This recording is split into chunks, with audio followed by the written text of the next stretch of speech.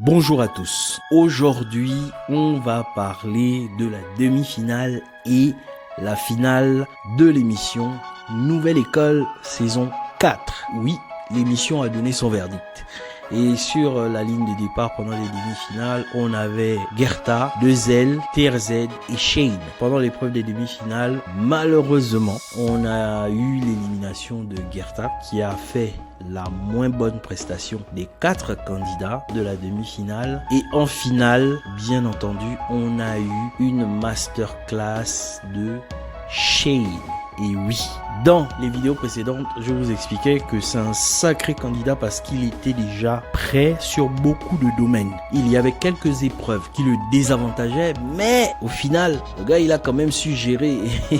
Il a su faire un karaté extraordinaire pour arriver en finale et pour remporter le titre. Les 3 prestations de la finale étaient dans l'ensemble correct. L'interprétation de TRZ, à la fois traditionnelle avec une identité forte sur son origine qui racontait toute une histoire. L'interprétation de Dezel qui était bien orchestrée. Le fait de mettre des figurants qui emmènent de l'activité, qui emmènent du volume dans la prestation, permettent de meubler la présence scénique qu'il faut avoir pour une prestation de finale. Et en plus de ça, le fait qu'elle ait envoyé des couplets. Donc elle a fini toujours dans son univers. En fait, Dezel, c'est vraiment la candidate qui est restée les 3/4 du temps dans son univers, à chaque fois forçant le verdict pendant les épreuves où le public pouvait participer. Pendant les épreuves, elle a quand même démontré plusieurs talents, notamment dans le rap, surtout dans le rap et dans le kickage, par rapport au chant. Et une épreuve a mis en valeur le fait qu'elle soit en capacité de faire des couplets chantés ou aller sur de la musique chantée sans risque. Donc, c'est vraiment une artiste qui est polyvalente. Mais comme tous les artistes polyvalents, il y a toujours à un moment donné un point fort qui s'exprime. Et le point fort de Dezel, c'est le kickage. Voilà pourquoi les 3/4 de l'émission, c'est la meilleure facette qu'elle a présentée. Et c'est un peu le même son de cloche quand vous allez sur un concours. Quand vous allez sur un concours, il faut faire tout le concours sur votre point le plus fort. Il ne faut pas forcément essayer de monter des fois certains points faibles pendant la compétition parce que ça peut vous mettre en danger. Et sur les phases éliminatoires, vous pouvez sortir directement. Ça vous met vraiment en risque. Donc, il faut toujours essayer de montrer sa facette la plus forte pour valider le maximum d'épreuves pendant l'émission Nouvelle École. Le candidat finaliste et heureux gagnant de Nouvelle École saison 4, Shane. Quelle prestation. Le gars, il a fait un sans faute. C'était un tout droit et il n'y a rien qui dépasse. Je pense que c'est un candidat qui a ses chances. Pourquoi c'est bien que ce soit Shane qui remporte Nouvelle École? C'est parce que, comme je disais dans les vidéos précédentes, les gars de l'équipe Nouvelle École, ils ont bossé. Les gars, vous avez bossé et vous avez bien bossé. Félicitations. Parce que ils ont fait le choix de trouver des candidats qui ont certes quelques bangers dans leur palette, mais qui n'ont pas forcément un banger à présenter. On a vu cette approche dans le cadre de l'émission Nouvelle École saison 1 avec Fresh la Peufra, qui avait un banger. On a eu aussi pendant la suite des autres émissions, on avait vraiment des candidats qui sont venus avec des bangers. Et comme c'est une télé-réalité, il faut quand même travailler dans le sens de la télé-réalité pour présenter le banger en général qui intervient au niveau de la finale.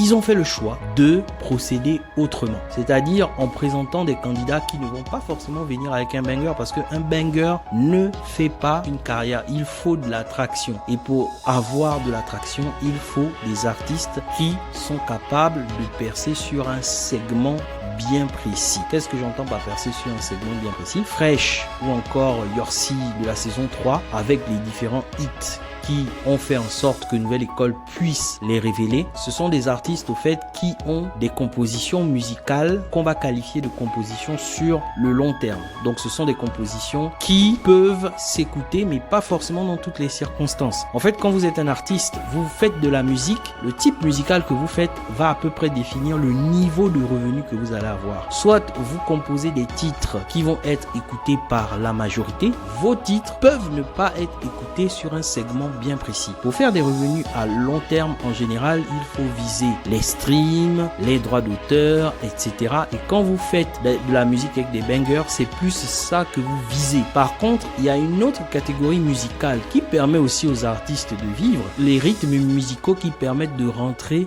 dans les petites salles. Et en fait, ce qui est bien avec le gagnant, Shane, c'est qu'aujourd'hui, il a un type musical qui lui permet à la fois de taper dans les streams, mais aussi de taper dans le marché des showcases, le marché des chichas, le marché des petites salles. Vous pouvez avoir une musique qui passe bien, mais qui ne peut pas s'écouter en boîte de nuit ou qui ne peut pas s'écouter dans un bar à chicha, etc.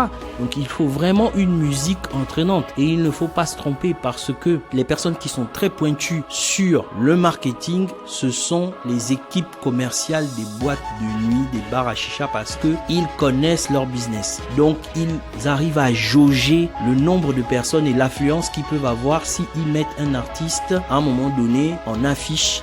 Donc, ils pourront garantir le retour sur investissement parce que quand tu fais venir un artiste dans ton bar à chicha ou dans ta boîte de nuit, à un moment donné, il faut le récupérer. Tu comptes sur le fait de faire un maximum de ventes pour pouvoir rentabiliser à la fois la venue de l'artiste et la recette liée à ton activité de boîte de nuit. Et en fait, ce qui se passe, c'est que à un moment donné, si tu ne choisis pas les bons artistes, eh bien, tu fais des flops. Tu accumules des flops. Et du coup, en accumulant des flops, à un moment donné, tu vas faire planter ta boîte de nuit parce que une boîte de nuit est forcément obligée de fonctionner avec des thèmes pour pouvoir rentabiliser l'activité. Et les thèmes sont toujours emmenés avec des guest stars, des artistes dans les boîtes de nuit.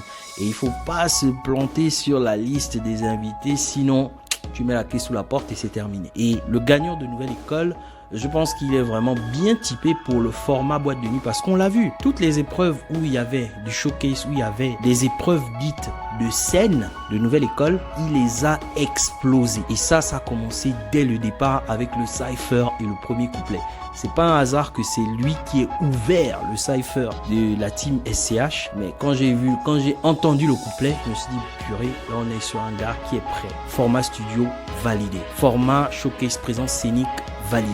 En fait, il avait toutes les caractéristiques quasiment à 99 pour avancer. Et franchement, je pense que ce candidat, à coup sûr, il pourra vivre de Nouvelle École. Et déjà, ça va faire en sorte que, bon, comme il y a plein de contenu sur que sont devenus les anciens candidats de Nouvelle École qui présentent un peu l'espèce de flop, mais c'est pas du flop parce que les artistes, ils continuent à vivre leur carrière. C'est juste que par rapport au profil qui était présenté, ils n'ont pas su matcher les attentes sur la distance parce que les trois crash ils ont quand même sorti des bangers qui ont fait des chiffres. Après, vu que Nouvelle École cherche aussi à s'ériger comme une marque, il faut bien qu'ils puissent trouver des candidats qui ont une carrière. Et le fait de cibler des artistes qui sont prêts sur les formats comme les showcases, bar à chicha, etc., c'est excellent. Pourquoi? Parce que le résultat, ce ne sera pas forcément des grandes tournées tout de suite, mais c'est sûr que pour les formats boîte de nuit, etc., c'est le candidat idéal. Le gars, il pourra remplir, il a une bonne vibe, il a une bonne ambiance, et du coup, il pourra rentrer dans ces milieux-là beaucoup plus facilement. On verra bien la suite. En tout cas, bonne chance au candidat. La saison de Nouvelle École, pour moi, dans l'ensemble, c'est une réussite. Pourquoi? Parce que ça a permis à tous les candidats et dès le départ d'avoir de la lumière et une lumière qui va forcément se convertir en revenu dans la mesure où les candidats arrivent à en faire bon usage. Je m'arrête là.